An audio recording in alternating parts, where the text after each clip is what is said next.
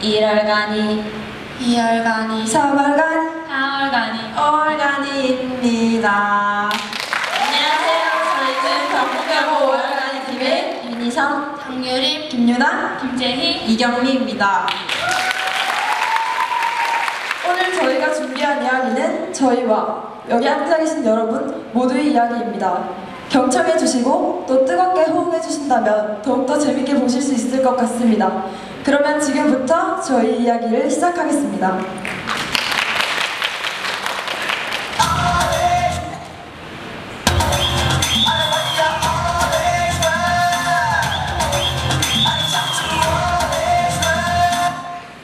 여러분, 이 노래가 어떤 영화의 삽입곡인지 아시나요? 네, 바로 영화 새얼간이의 삽입곡인데요. 이 영화 속 주인공인 새 얼간이들은 학교 기준에는 맞지 않는 얼간이들이었지만 사실은 제 각각의 재능과 특성이 있는 인재들이었습니다. 저희는 오늘 학교 기준의 얼간이가 되지 않기 위해 내 자신을 외면하는 우리의 이야기를 하려 합니다. 여기 화면에 사람들이 정말 많죠? 정말 많은데요. 우리나라는 매년 이렇게 많은 60만 명의 마라톤 선수들을 아주 큰 트랙 위에 서게 합니다. 그들은 오직 대학이라는 하나의 결승선을 향한 고된길을 왜 가는지 모르고 나섭니다. 그 중에는 단거리에 능한 사람, 허들에 능한 사람, 혹은 달리기보다는 다른 종목의 재능을 가진 사람이 있는데도 불구하고 말입니다.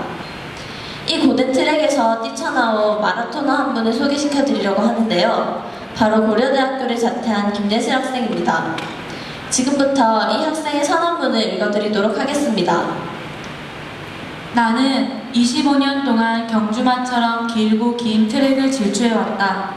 우수한 경주마로 함께 트랙을 질주하는 무수한 친구들을 제치고 넘어뜨린 것을 기뻐하면서 그렇게 소위 명문대 입학이라는 첫 관문을 통과했다.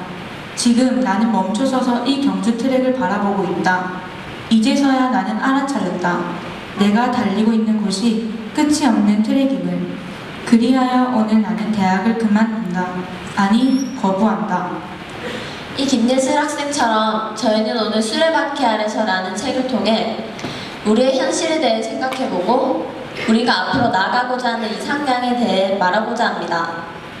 잘 모르겠어요. 선생님들이 하라는 대로 했을 뿐이에요. 이것은 이 책의 주인공인 한스의 대사입니다.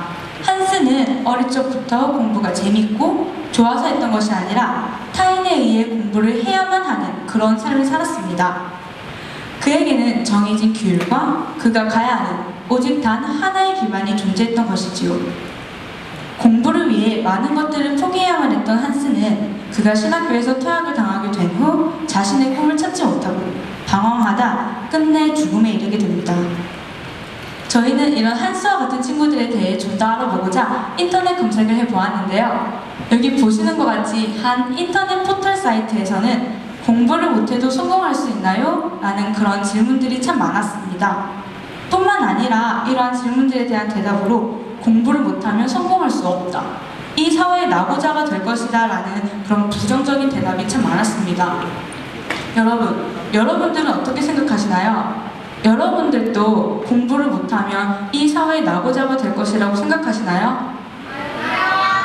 네, 다양한 대답이 존재할 수도 있겠지만 이러한 질문들에 대한 대답으로 성공할 수 없다, 실패자가 될 것이다 라는 그런 부정적인 대답보다는 성공과 행복으로 가는 길에는 다양한 방법이 존재한다는 것을, 그리고 이 질문자들의 다양성을 존중해주는 그런 긍정적인 대답을 해주었다면 더 좋지 않았을까요?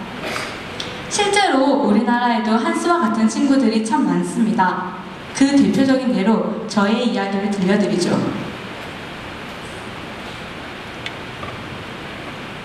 저는 늘 어릴 적부터 생각해오던 것이 있었습니다.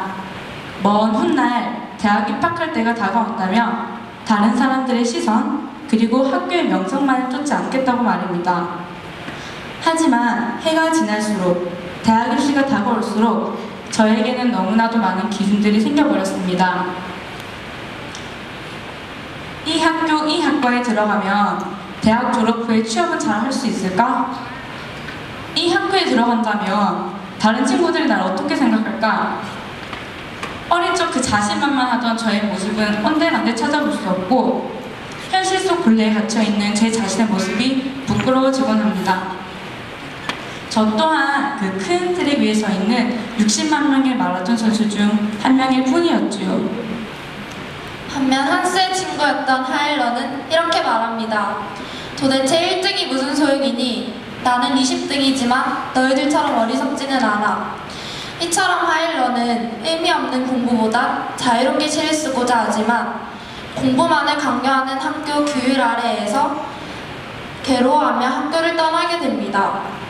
억압된 현실에 결국 하일러도 물러선 것이지요. 우리가 사는 시대는 늘 얘기합니다. 학생들을 위한 교육이라고. 하지만 우리들은 그들만의 교육에 맞춰 살아가며 지쳐 있습니다. 별반 다를 것 없는 두 교육의 모습이 너무 암울하게만 느껴집니다. 여러분들께서는 세계적으로 유명한 천재들이 한국에서 태어났다면 어떻게 되었을까 생각해 보신 적이 있나요?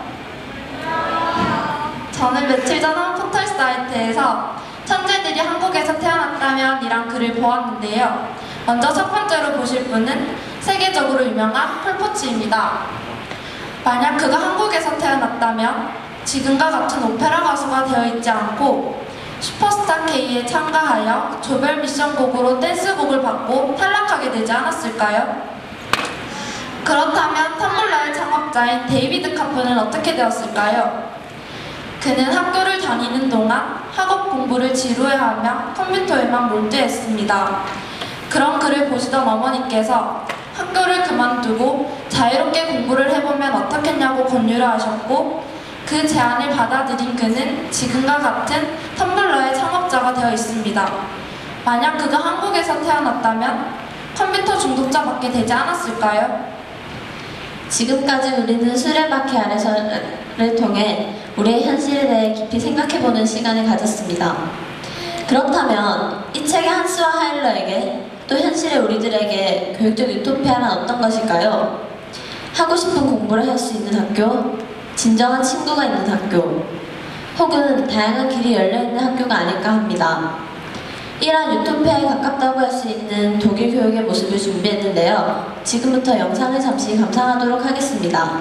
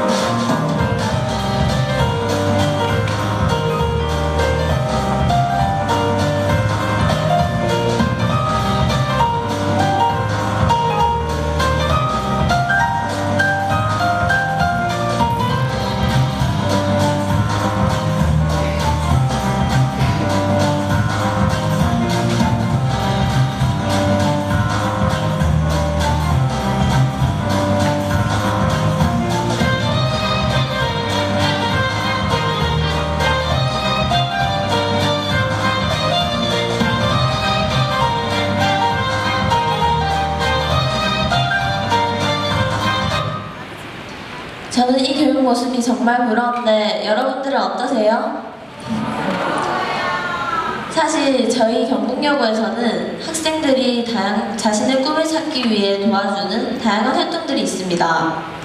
그중 진로 연계 활동은 자신의 진로와 관련된 주제를 직접 정하고 팀원들과 함께 탐구해보는 프로그램입니다. 이 활동은 과학 영역부터 예술 영역까지 자유롭게 주제를 정할 수 있어서 각각의 다양성을 존중해주고 있습니다. 뿐만 아니라 이와 비슷한 커리어 로드맵은 자신이 원하는 학과의 각 대학 교수님들이나 재학 중인 선배님들을 직접 섭외하여 2박 3일의 일정을 짜고 체험해보는 활동입니다. 이렇게 학생들의 다양한 의사가 반영될 수 있는 상향식 교육이 우리나라의 고등학교에 보편화된다면 우리가 원하는 이상향에 좀 더 가까워질 수 있지 않을까 합니다. 저희 발표의 제목을 다 같이 읽어주셨으면 좋겠습니다. 하나, 둘, 셋.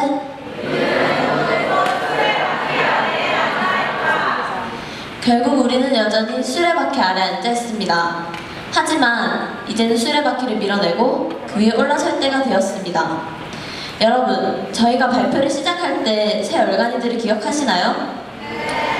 그들은 자신들만의 꿈을 찾았기에 얼간이들에서 벗어날 수 있었습니다. 저희 요얼간이들도 이제는 그들처럼 얼간이들에서 벗어나려 합니다. 물론 바퀴는 쉽게 굴러가지 않습니다. 하지만 수레바퀴 아래 앉아있는 여러분과 제가 자리에서 일어선다면 바퀴는 멀리 굴러가겠지요. 모두 함께 자리에서 일어설 준비가 되셨나요?